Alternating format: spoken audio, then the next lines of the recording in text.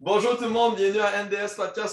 Aujourd'hui, nous sommes avec Oli et Mathieu. Comment vous allez, boys? Ça va bien, toi? Yes. Ben oui, Mathieu, premier podcast avec nous autres, un peu Yes. fébrile. Ben oui. Ouais. Alors aujourd'hui, on finit nos analyses de chacune des divisions. On finit par nul autre que la division Atlantique, les boys. Quoi de mieux pour finir ça avant que la saison commence mercredi pour les Canadiens? Ouais. Donc, on va starter ça. Pour eux qui n'ont pas suivi, c'est simple. On dit une note année sur chacune des équipes, suivi d'une note pour leur entre-saison. À la fin, on fait une prédiction sur le classement. N'hésitez pas à vous abonner, à partager et à liker. Ça va nous aider énormément. Alors, sur ça, les boys, on start ça avec les sortes de Buffalo. Les sortes de Buffalo, qu'est-ce qui est arrivé? Il est arrivé des affaires. On a perdu Rasmus Ristolainen, Sam Reinhart, Ulmark, Carter Hart, Jake McCabe, Matt Irwin, CJ Smith et Will Borgren.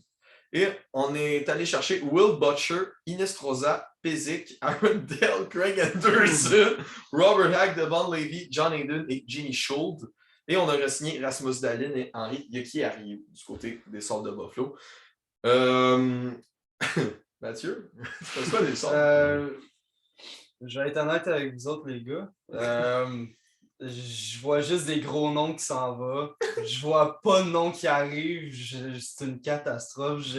Ils sont dans le bas de classement depuis des années, puis ils s'améliorent pas, puis on voit pas d'amélioration nulle part.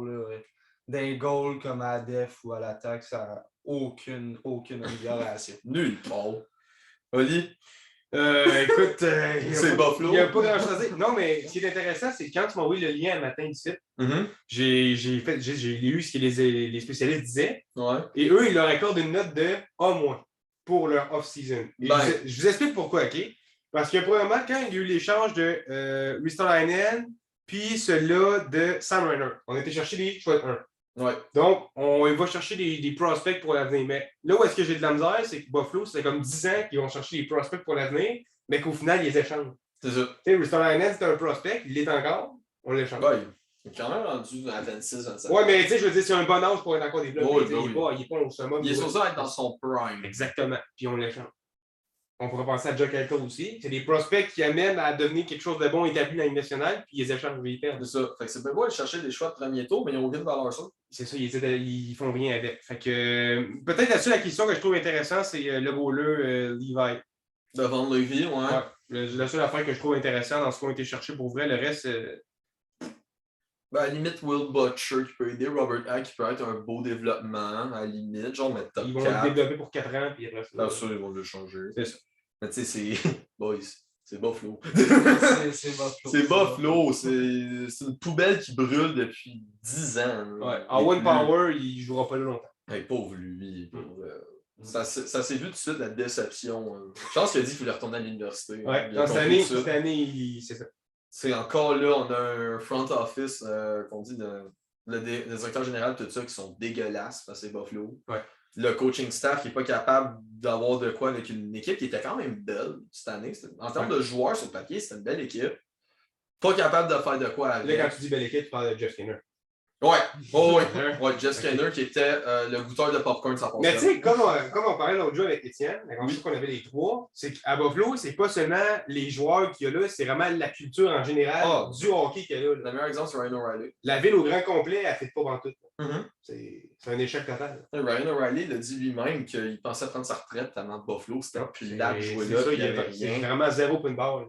C'est vraiment pas le fun. Ça prend vraiment un changement de culture complète, c'est-à-dire un changement propriétaire. Moi, c'est quasiment, j'ai quasiment envie qu'il y ait un déménagement. Il faut que tu montes en haut dans la hiérarchie, puis je pense qu'ils sont rendus à ça. Là. Ils sont rendus à ça, pour vrai. Ouais. Ou même un déménagement. Puis pour de vrai, pour revenir à ton point là, des choix de 1 qui ont été cherchés, un choix de 1 Philadelphie pour Ristolainen, c'est quand même. Ils vont finir haut. Ça va pas revenir à quoi comme Ristolainen. Non, c'est juste. C'est donner des joueurs pour aller chercher des sacs de puck. Exactement. Des sacs de puck. C'est ça qui est plate avec Buffalo, parce qu'ils ont rien de misère à changer. Sam Reinhart, ils sont allés chercher un goaler puis un choix de 1.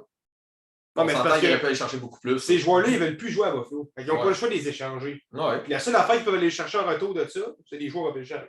Ouais, mais tu sais, ils peuvent aller chercher des meilleurs prospects que juste ça. Mais il n'y a personne qui va aller là.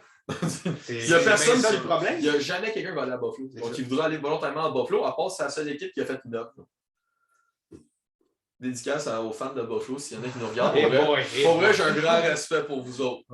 Parce que pogner pour une équipe de même, pour vrai, c'est triste. Sinon, on va parler du meilleur du autre goaler de la ligue, qui va être Craig Anderson et Dustin Tokarski. Dis-moi que tu fais du tanking sans en faire. Dis-moi que tu es prêt à aller chercher le choix de premier tour sans me le dire. C'est exactement ça, Buffalo. Leur seul compétiteur, c'est les Coyotes. Puis encore là, les Coyotes vont finir plus haut. Ben, mettons, l'an passé, ça avait été les Red Wings. Là, ils n'ont plus beaucoup de compétition, je pense. Ouais, ça, Buffalo, ils ont en compétition, ils ont les Coyotes, puis ça finit là. Puis avec le duo de goalers qu'ils ont, les Coyotes vont être meilleurs que Buffalo. Maintenant, on va aller, Mathieu en a parlé, des Red Wings. Ah, attendez. Ben là, on n'a pas donné notre note sur l'off-season des Sabres. Oli, veux-tu start? D. Pourquoi un D? Ben là, s'il n'y a rien d'intéressant, à part le go là, comme je t'ai dit, les goals de l'hiver. Ok, Mathieu. Tu vois, moi, j'allais dire D-, mais pour les mêmes raisons que Oli, dans le fond, comme je l'ai mentionné plus tôt, il n'y a pas eu d'acquisition. C'est vraiment... C'est de la bullshit. Will Butcher qui a dit qu'il avait hâte de jouer à Buffalo aussi. Très excité de... On voit que c'est du mensonge. Il joue dans les estrades vides. Ouais, c'est ça. Ouais, ça va être vraiment le fun. Eux autres, ça fait 10 ans qu'ils sont dans la bulle, dans le fond. Bon, moi, c'est comme Mathieu, je donne un D-. Pour eux, c'est dégueulasse comme reconstruction. Là. Ça paraît que l'équipe va genre gagner 10 games. c'est triste, là. Bon, là, on va aller aux Red Wings pour vrai. Les Red Wings qui ont fait des belles acquisitions, je trouve. On a perdu Bobby Ryan, Valtteri Filppula, Richard Panik, Luke Glendening, Christian Juice, je vais dire Borak, Alex Viega, Denis Cholowski, Darren Helm et Mathias Braun.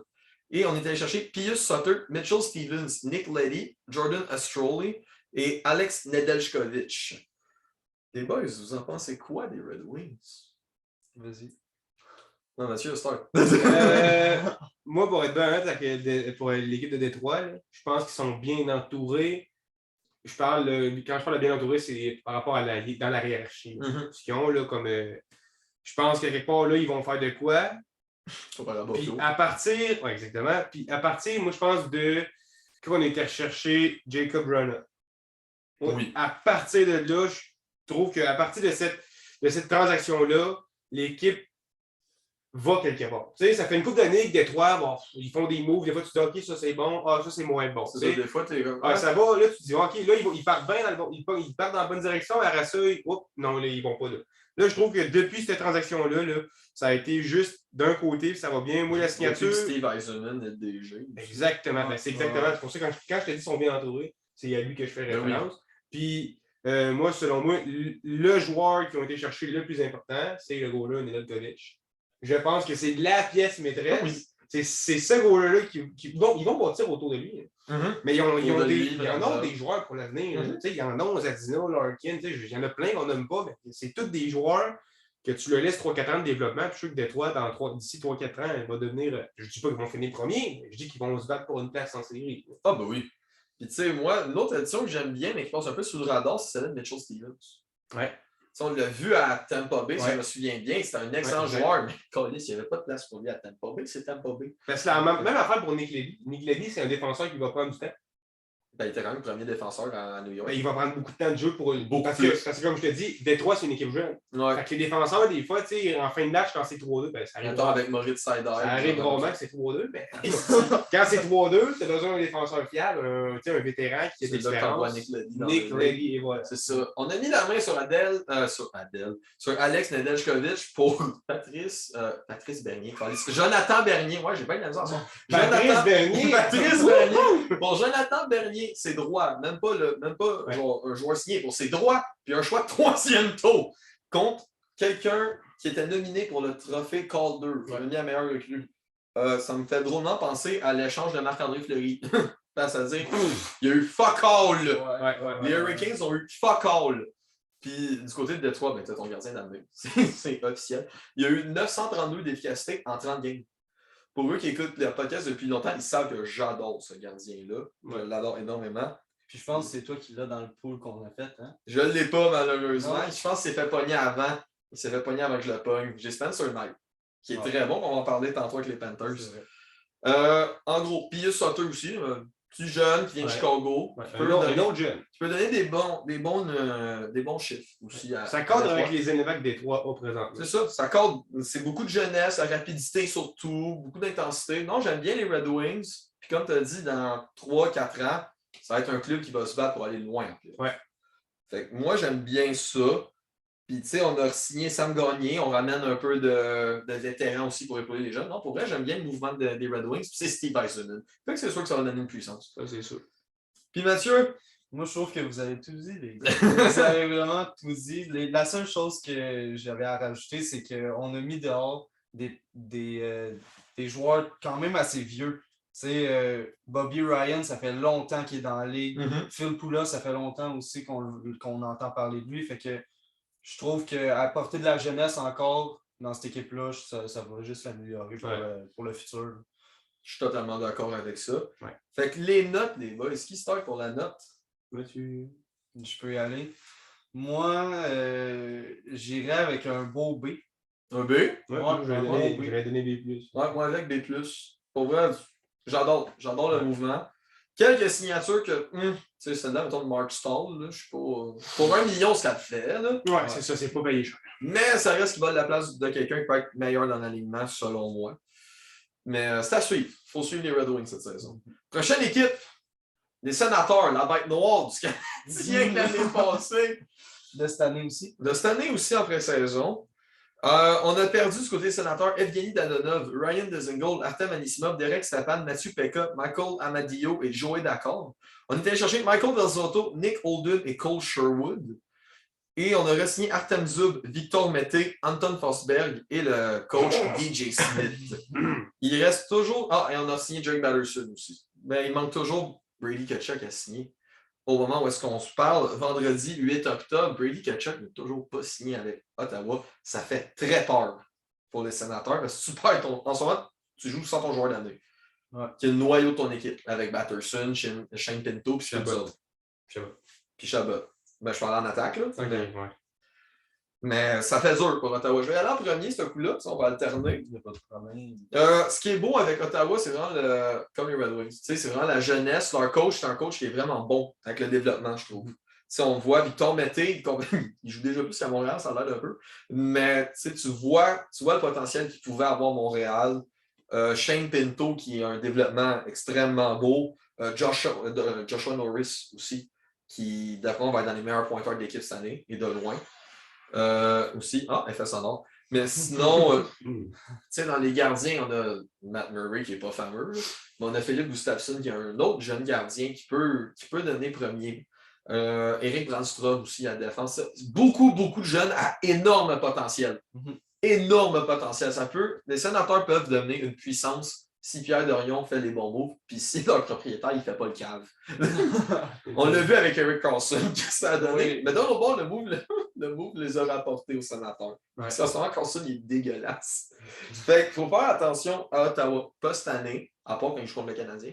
Mais selon moi, Ottawa, ça va être dans le même timing que les Red Wings, ils vont donner une puissance s'ils ramènent Tkachuk pour les aider. Parce que sinon, ça va être compliqué. Ouais. Moi, tu vois, c'est une équipe que j'adore, les Sénateurs. Je les aime depuis longtemps. Je vais voir des games à Ottawa souvent. Puis j'adore l'ambiance à l'aréna qu'ils ont et tout. Mais ça me touche au cœur un peu quand je les vois derniers. Ça me fait de quoi? Comme fan des Sénateurs, ça me fait mal. Mais là, je vois l'avenir. Puis j'ai la tête haute pour les Sénateurs. Là. J'ai aucune inquiétude pour le futur. La seule affaire, moi, c'est le dossier Brady Tkachuk. Ouais. Je trouve que c'est très mal géré. Ouais. C'est très, très mal géré. T'as 2 priorités dans ton équipe.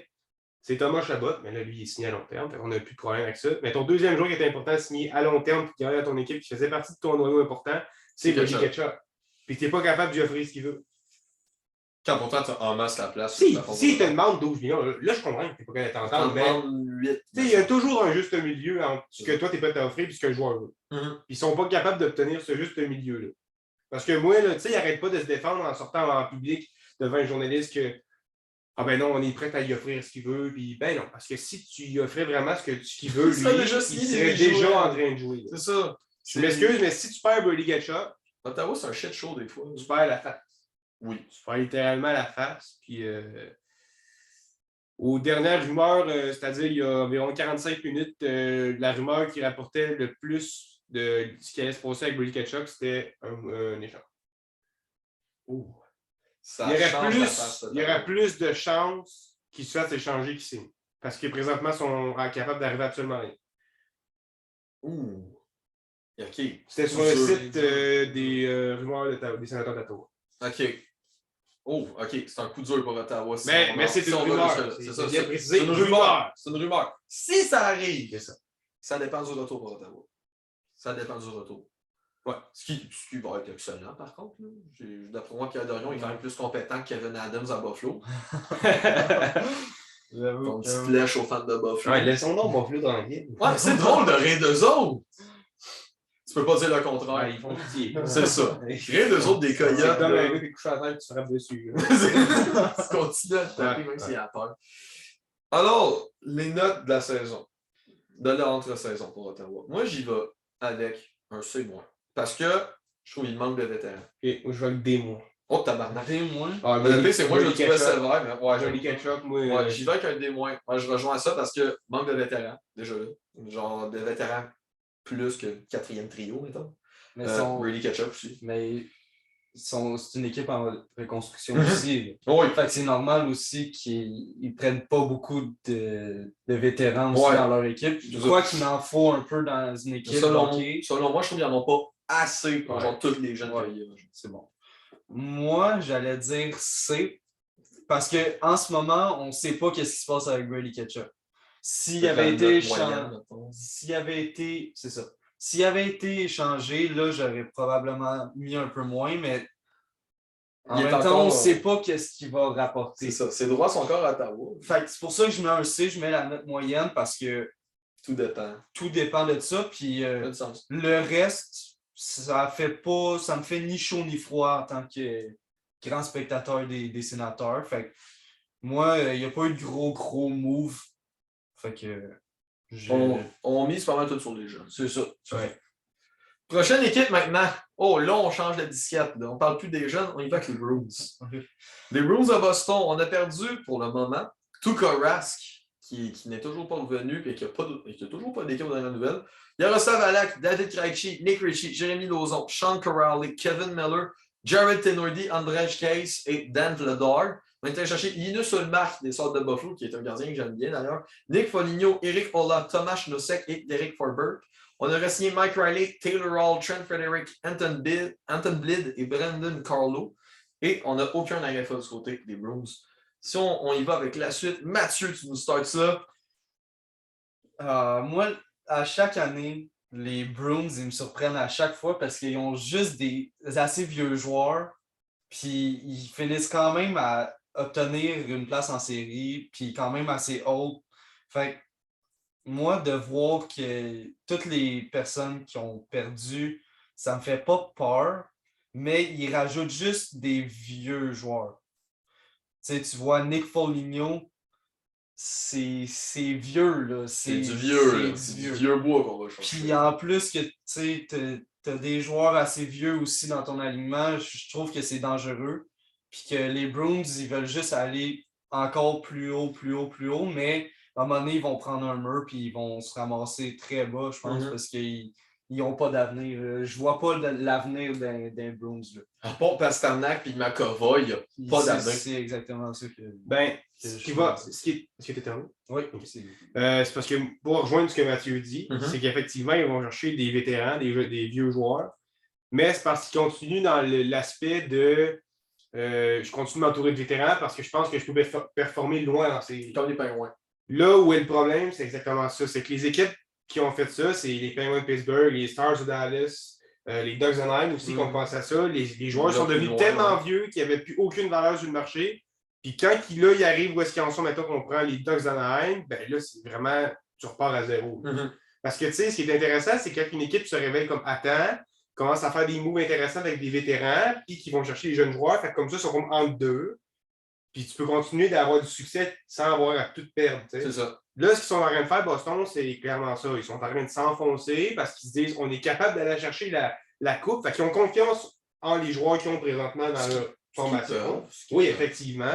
Moi, je pense qu'il manque encore quelques ingrédients. Quand que je regarde la formation, ils ont perdu leurs 2 goalers. Ils ont perdu le goaler numéro 1 et le goaler numéro 2. Ouais, mais de base, gardien de but. Je veux dire, pour aller loin en série, tu l'as vu, ça peut se baser juste sur un goaler. Oui, salut Montréal. Oui, exactement. Fait que, ça peut se baser juste sur un goaler. En tout cas, Rask, on le sait, c'est un des très bons gardiens de but de la Ligue nationale. Là, tu perds ça, puis tu perds Yaroslav Halak, qui, selon moi, était le meilleur deuxième gardien de but. Le. Hashtag fuck Jake Allen. Oh. Donc, c'est ça. Fait que moi. Oh non, je vais donner ma lettre. Ah, OK. Bon, je vais aller de mon analyse de Buffalo. La seule. Boston. Ouais, Boston. Lâche Buffalo! Ah! Lâche! Je veux rire d'eux autres! La seule addition que j'aime des Bruins, c'est Linus Ullmark. Ouais. Gros gardien des sortes de Buffalo. Non, c'est pour ça que je vais dire Buffalo. Grosse acquisition. On s'en va chercher un gardien qui a connu un taux d'efficacité de 920 avec les sabres de Buffalo. Ouais. On en parle, là. Ouais. C'est le seul goaler qui n'a pas eu un taux d'efficacité en bas de 900. Puis il a eu du succès à Buffalo. Ouais. C'est quand même... C'est bon signe. Ouais, c'est un bon signe pour Boston. À partir de là, la défense est dégueulasse. Parce que McAvoy, puis après ça, il est qui? Charles n'est plus là. Carlo qui est bon. Mais après ça, tu regardes le top 4, genre la deuxième, la troisième paire. Tu s'entend que ça fait dur. À Boston, en attaque, il n'y a pas les 2 premiers trios. Non, ben c'est pour ça que c'est des gros gars. C'est pour ça que je dois dire qu'il manque des éléments pour gagner la course. Est-ce qu'ils peuvent aller en chercher pendant la saison? Totalement, ils peuvent. Fait que ça va dépendre. Mais rendu là, on parle juste d'une entre-saison. Ils ont littéralement chié dans la pelle. Ils n'ont rien fait. Ouais. En bas, signé Taylor Hall, qui jouait très bien avec David Krejci, qui n'ont pas ramené. C'est Boston. Genre, je comprends le virage jeunesse parce que tu regardes, ils ont quand même enlevé beaucoup de vétérans. Mais tu sais, t'as enlevé Jérémy Lauzon. Ah non, ça, ils l'ont perdu à Seattle, par contre. Mais tu sais, Nick Ritchie, c'était un bon attaquant solide. Je pense qu'il a signé à Toronto, si je ne me trompe pas. Tu sais, ils ont quand même perdu des bons assets pour continuer de se baser sur Brad Marchand, qui en a quoi, 33? 33 ans, Brad Marchand? Puis Patrice Bergeron, qui en a 35. Bon, Pasternak, il en a comme 25, ça, c'est normal. Mais tu sais, on se base encore sur des vieux éléments. Fait que Boston, ça regarde pas bien. Ce que j'adore, parce que je suis un fan du Canadien. Mais fuck les Bruins. Mais ça regarde pas bien. Puis je vais y aller avec un hot take. Si Boston ne font pas les séries, Patrice Bergeron part à la date limite des transactions. Parce que c'est sa dernière année de contrat. Ça serait logique. Ça serait très logique. Et puis il a dit qu'il finirait son année de contrat avant de signer. Fait que d'après moi, oui, ça pourrait être possible. La meilleure chose pour Boston, si tu ne fais pas les séries, échange Patrice Bergeron. T'es obligé. Sinon, tu perds encore à son âge, un des meilleurs centres de la Ligue pour fuck all. Moi, je vais compléter le hot take de Loric. Bergeron à Montréal. Ben, c'est ce que j'allais apporter. J'aimerais ça voir Bergeron à Montréal. Il se rapproche de sa famille en plus. Il est québécois, on le sait. Ben oui. Puis, c'est pas juste ça, c'est que les joueurs Canadiens de Montréal, ils connaissent vous. Ben oui. J'ai Cameron Price, c'est bon, c'est un bon chum. Ils ont déjà fait les Olympiques avec. Exactement, Weber, c'est tous des gars qui se connaissent. Ils pourraient se rendre à Montréal. Rendu là, il faut faire de la place en masse. Mais il faut un Patrice Bergeron. Prenez ça en note. Vendredi 8 octobre 2021, on a prédit que Bergeron serait à Montréal en 2022. Exactement. Voilà, merci. Merci. Écrivez-le en commentaire aussi, ça va nous faire un petit reminder. Oui, s'il vous plaît, merci. Donc, la note qu'on donne aux Bruins. Moi, j'y vais. C-. D. D? Oh, c'est dur ça, D pour Boston. C'est Boston, oui. Je sais qu'il faut être méchant envers les Bruins. D. Ne pas être réaliste. D, OK. Ah, parce que D, parce que tu perds les 2 goalers. Je sais qu'il faut changer. C'est pour ça que je vais donner un C-. Ça, je vais donner C-. Mais pas encore. Il n'est pas encore parti à long Non, mais. Ben, il est agent libre. Oui, mais il faut qu'il le signe. Mais à part si tu veux vraiment baser Ullmark comme premier goaler à long terme. D'après moi, ça s'enligne pour un Ullmark. Mais c'est ça. Mais il va falloir que tu ailles chercher un autre deuxième goaler là, si tu n'as plus Halak. Oui, ça fait dur. Par contre, pour Vancouver, grosse addition. Oui. Ben, moi, j'irais même note que Loric. C'est moins. C'est moins. Ouais. Donc, Oli qui est très sévère envers les Bruins. Ouais, fuck les Bruins. Fuck les Bruins, Ouais. il faut être réaliste aussi. Hein. Prochaine équipe, là on parle de réalisme. Non. Le Lightning. Alors, on était chercher Corey Perry, fuck you.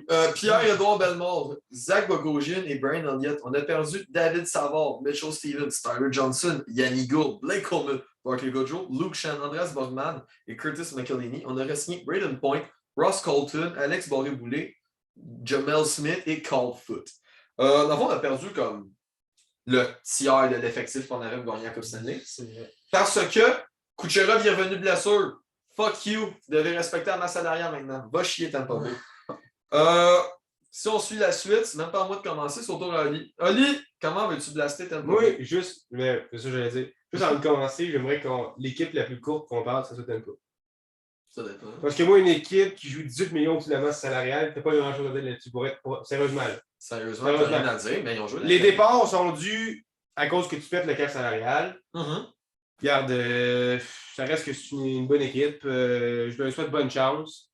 Puis, Ça se fait au premier tour en sweep. Exactement. Mais moi, si je devais y aller d'un hot take, sans me fier au tableau, Tampa ne fera pas les séries. Wow! Voilà. Ça, c'est la définition d'un hot Non, take. parce que, regardes-tu, les joueurs qu'on Je perd, regarde tu dis, c'est pas des grands joueurs. Hein?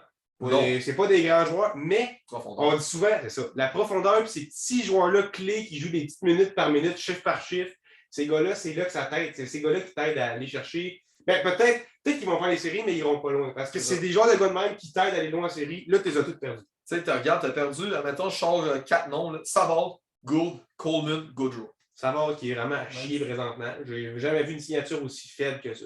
Cole Osler. Ah, ben, non, je sais, mais. Cole Osler, t'as peu. Bon, Là, c'est ta saison. en gros, c'est ça. J'ai déjà terminé avec Tampa, puis je leur donne C. Moi, je donne déjà à C'est qui ont clenché. Ah non, mais pour le reste, ceux-là, je veux même pas qu'on en parle. Pour vrai, Ça m'en reste. Tampa Bay, ben, comme Oli a dit, manque de profondeur. Par contre, d'après moi, le talent va les rattraper. Puis comparé à Oli, j'ai mis Tampa Bay en série parce que sinon c'est. Ben, j'ai aussi mis. Moi, j'ai juste pris un hot take. Mais c'est un hot take. C'est un J'ai gros hot take. Je les ai mis en playoff. Tu veux-tu quelque chose qui n'est pas un hot take? Toronto va choquer en playoff. Salut Étienne! Yes! Mais Tampa Bay, pour vrai, la seule grosse addition qu'ils ont faite pour moi, c'est Corey Perry. Ouais. Que tu vas aller chercher un autre joueur comme les Goodrow, les Coleman, les Patrick Maroon. Puis tu vois, en série contre eux, c'est pratiquement juste lui qu'on a vu. C'était pratiquement juste Corey Perry qu'on a vu apparaître. Pour vrai, j'aime bien l'addition pour Tampa Bay, Corey Perry. Pour un Canadien, c'est une perte qu'on va parler tantôt. Ouais. Mais pour vrai, Tampa Bay, bon, j'ai pas grand-chose à dire. Là. C'est pas des grosses acquisitions parce qu'il fallait que tu sauves du cap salarial pour signer Braden Point. Fait que pour moi, ben, comme Ali, j'ai allé avec un C-. C'est pas quelque chose d'extraordinaire non plus. Là. Ouais, moi je vais avec un C aussi parce que il n'y a pas eu grand changement. Je pense que ça va rester une puissance dans la Ligue nationale cette année aussi. Puis les gros noms qu'on a perdus, c'est sûr que ça fait mal, mais ils ont été cherchés à d'autres places. C'est tout. C'est ça. Prochaine équipe. Une autre équipe qu'on ne veut pas beaucoup parler. Les Maple Leafs. Cela on peut en niaiser par contre. Ouais. Les Maple Leafs ont été chercher Richie Case, Amadio Biega, Michael Bunting, Curtis Gabriel, David Kempf, Petr Mrazek, qui est une signature quand même intéressante. On a perdu Zach Bogosian, Foligno, Frédéric Anderson, David Rittich, Zach Hyman, Joe Thornton, Alex Galchenyuk, les boys, Nick Petan, Ben Hutton et Stéphane Nossen. On a re-signé Travis Dermott, Wayne Simmons et Jason Spezza.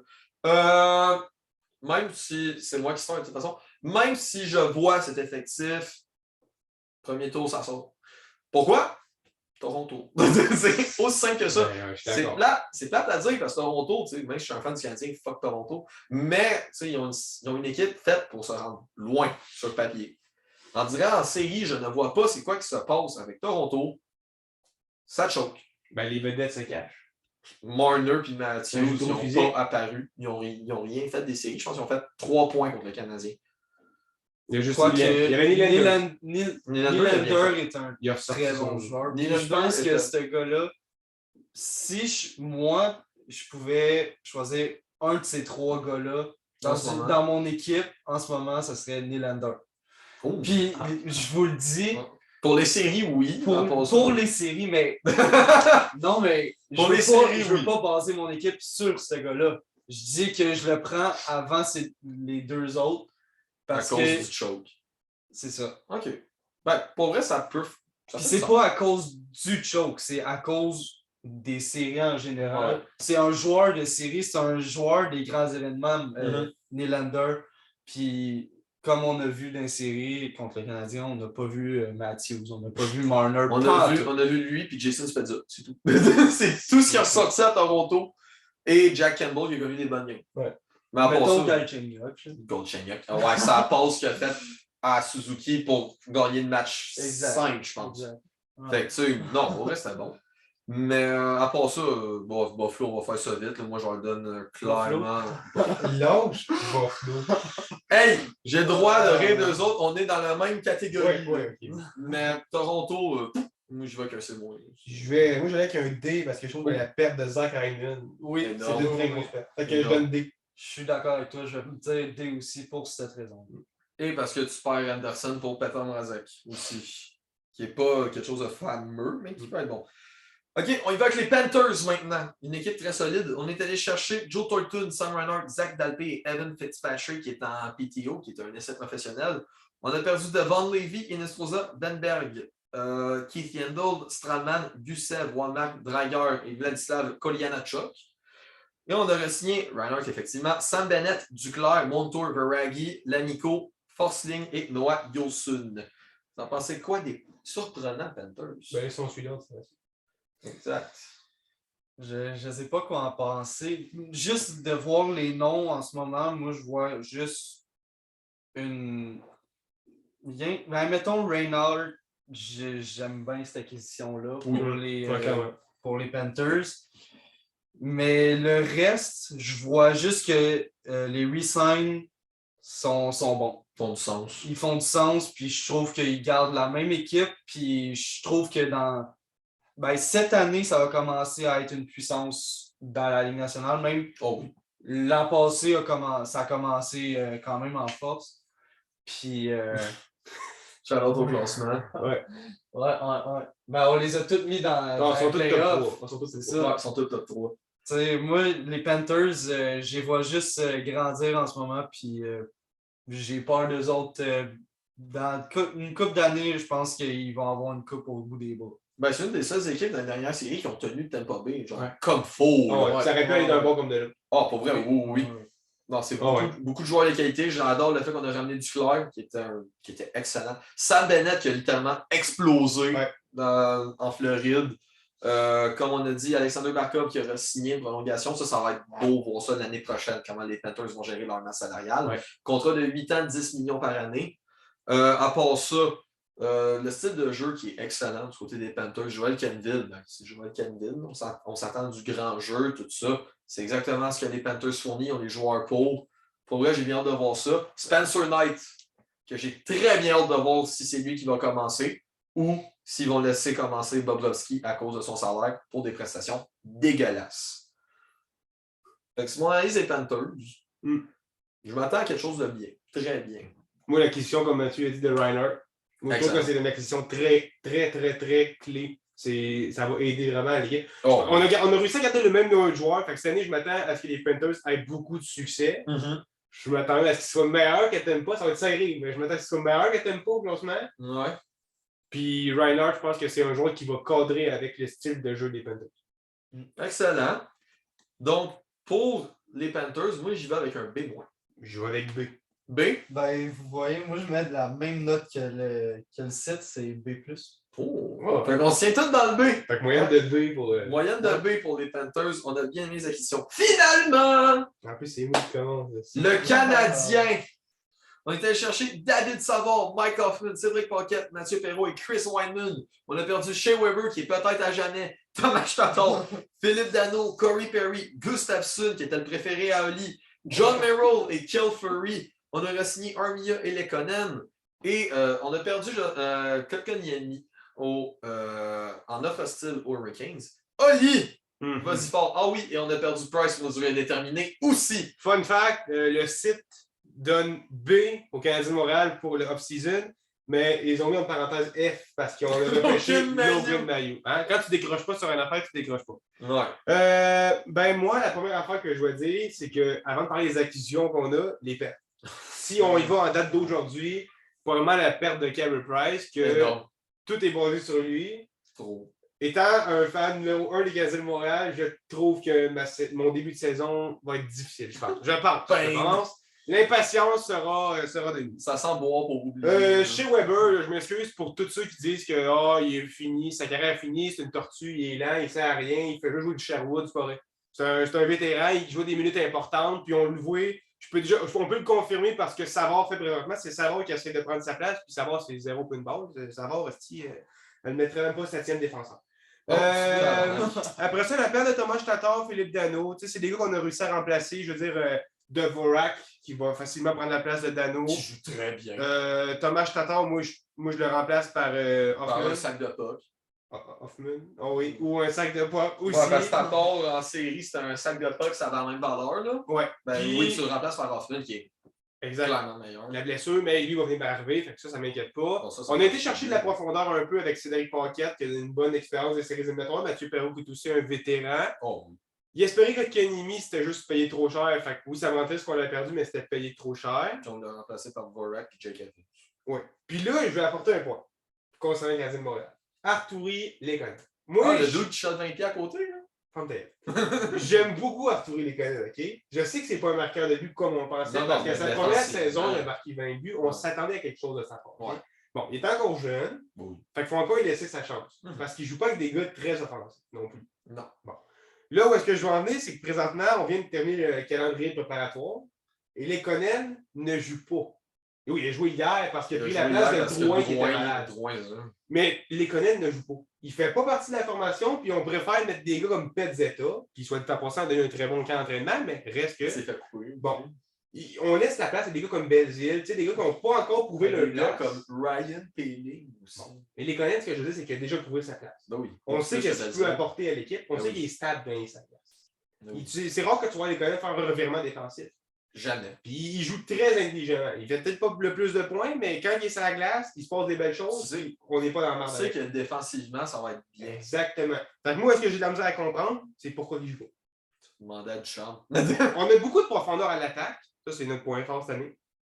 Mais défensivement, c'est. On a besoin clairement de défense. Quand je dis la défensive du Canadien, je vois genre Petrie, puis je vois comme tu sais, comme dans les déserts, là, les petits boules. Ouais. Ben, limite, Edmundson. Il est blessé. Je sais que quand il va revenir, il y a Edmundson, il y a Charrot, mais après ça, j'avoue, offensivement, c'est pas. Non, mais moi, je parlais, c'est ça. Qu'est-ce que tu peux apporter offensif? L'apport offensif, il y a juste Petrie, et c'est tout. C'est pour ça que nous, on a fait quelques spéculations. Oli, entre autres, était d'accord pour aller chercher Jacob Chikrin des Coyotes en Arizona. Moi, je pensais aller chercher le Matt Dumba aussi. On a eu d'autres spéculations avec nos groupes. Je pense que Dusty parlait de John Klingberg aussi.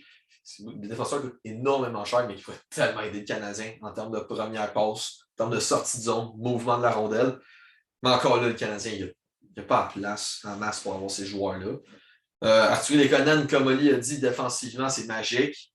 Pourquoi on ne le fait pas jouer à la place de Belzile? Belzile, je l'aime bien l'année passée. Cette année, il ne fait rien. Ryan Peeling, échange-moi ça. Pour vrai, c'est dégueulasse. On s'en est pour un futur Michael McCarron pour Ryan Peeling. Fait que moi, lui, il doit partir.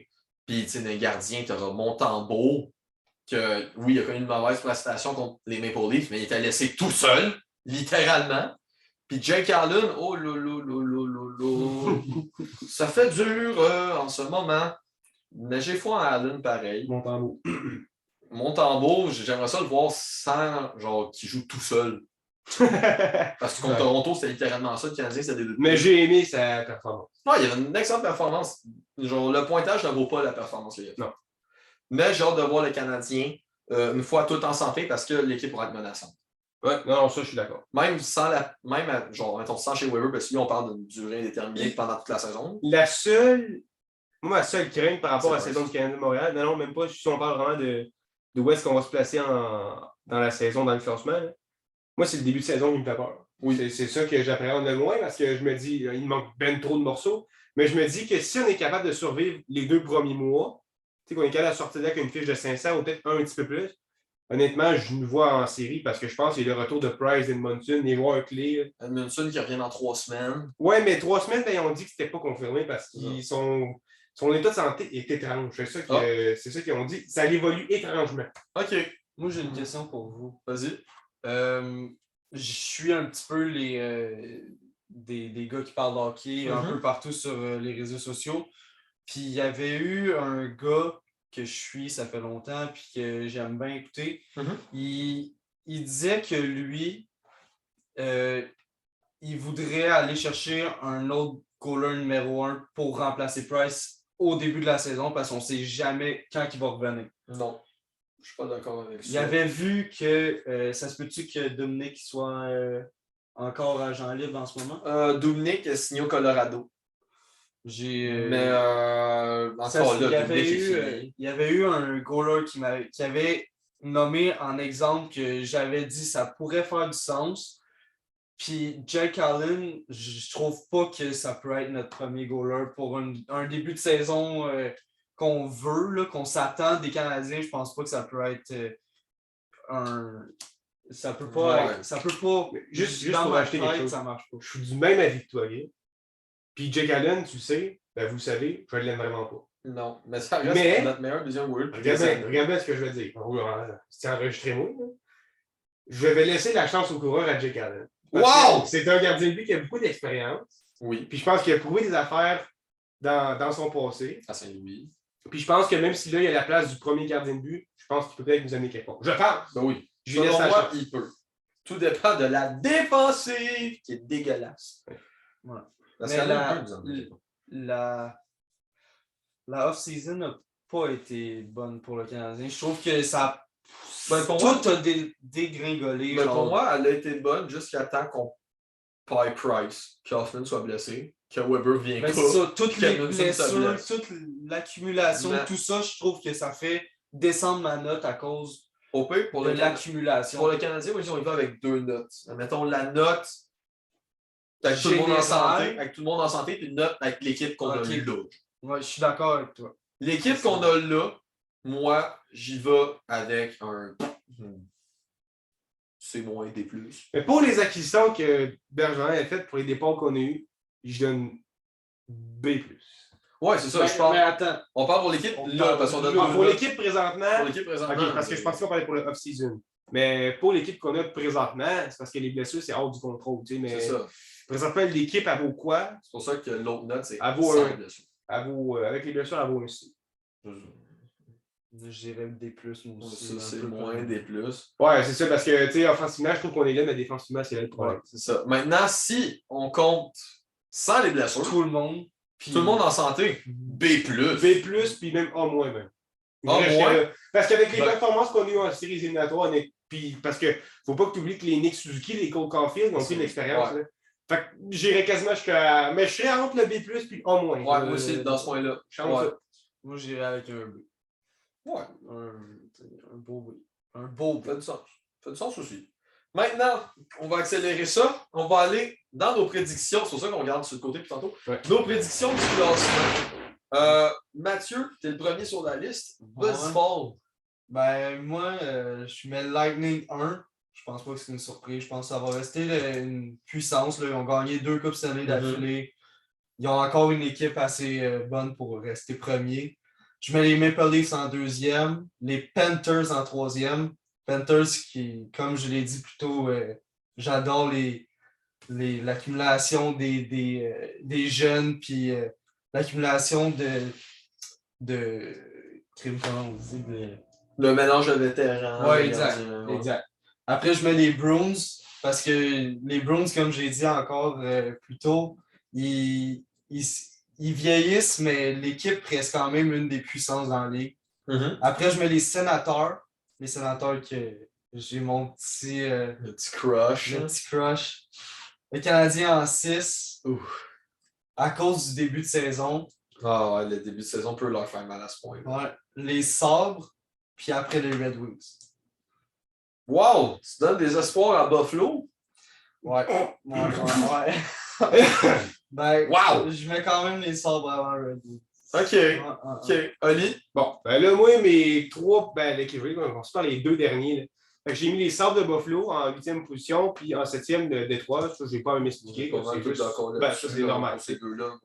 Par la suite, Sénateurs, je pense qu'ils vont connaître un bon début de saison. Moi, je pense qu'ils vont bien partir et qu'ils vont être dans les premiers. Oui, ils vont être dans les premiers. Par contre, combien de games premiers? Là? On parle de 10? Oui, c'est ça. Après le premier mois, après le premier mois, début de saison, moi, c'est ça pour moi. Puis après, ça se crash. Après ça va crasher parce que les équipes vont step up. Puis comme, mettons, on pense aux Canadiens, ben, les joueurs blessés vont revenir. Fait que je pense que les Sens, la réalité va les rattraper. Fait que 6e pour les Sens. Suivi les Bruins en 5e position. Et là, on rentre dans les équipes en série. Donc, Montréal, 4e position. Je pense qu'avec l'arrivée, quand Price va arriver et les joueurs blessés vont revenir, je pense qu'on va partir sur des strikes de win.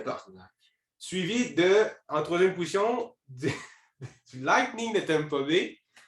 2e position, les Panthers. Ben, comme j'ai dit, je pense que ça va être serré entre ces trois équipes-là, les trois premières. Mais je pense que les Panthers vont aller dessus. Pourquoi? Par rapport au duel qu'ils vont avoir entre ces deux-là. Parce que je pense que les Panthers vont gagner plus de matchs contre Tampa que Tampa va en gagner contre eux. OK.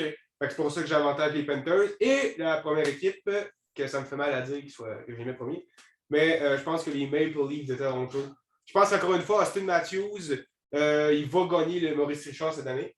Bon, oui. Ça va jouer lui Pasternak. Je pense que Richard est lui. Je pense que les joueurs vedettes vont performer encore une fois. Mais ça va être la marde.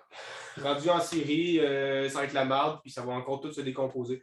Fait que, tu mets encore le duel Canadien-Maple Leafs en first round. Que le Canadien va gagner. Ouais. Sans stress.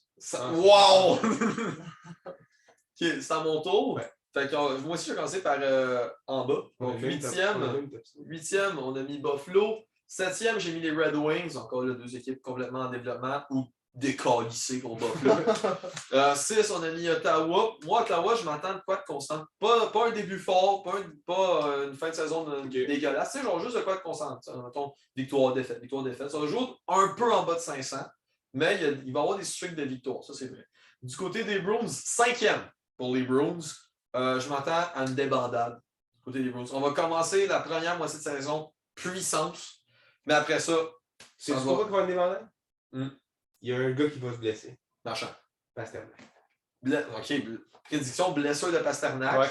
Le roi des Bruins va commencer fort pendant le tiers de la saison. La moitié, c'est un peu fort. Le tiers de la saison, puis après ça, ça part dans le couille. Ouais. 4e, j'ai mis le Canadien. Ils ont leur chance, comme Olivier dit, avec le retour des blessés. Les Bruins, c'est sûr que si ma prédiction s'avère vraie, ça va complètement être les Canadiens. De loin. 3e position, j'ai mis les Panthers. J'hésite à les mettre deuxième. Parce que les Panthers, ils ont un club complet. Autant défensivement qu'à l'attaque que d'un but. Ça va dépendre des performances du monde. Ça va dépendre des performances de Spencer Knight et Bobrovsky. Ben, comme pour Toronto, que j'ai mis deuxième. Ouais. Avec, admettons, Peter Mrazek. Ouais. Jack Campbell aussi.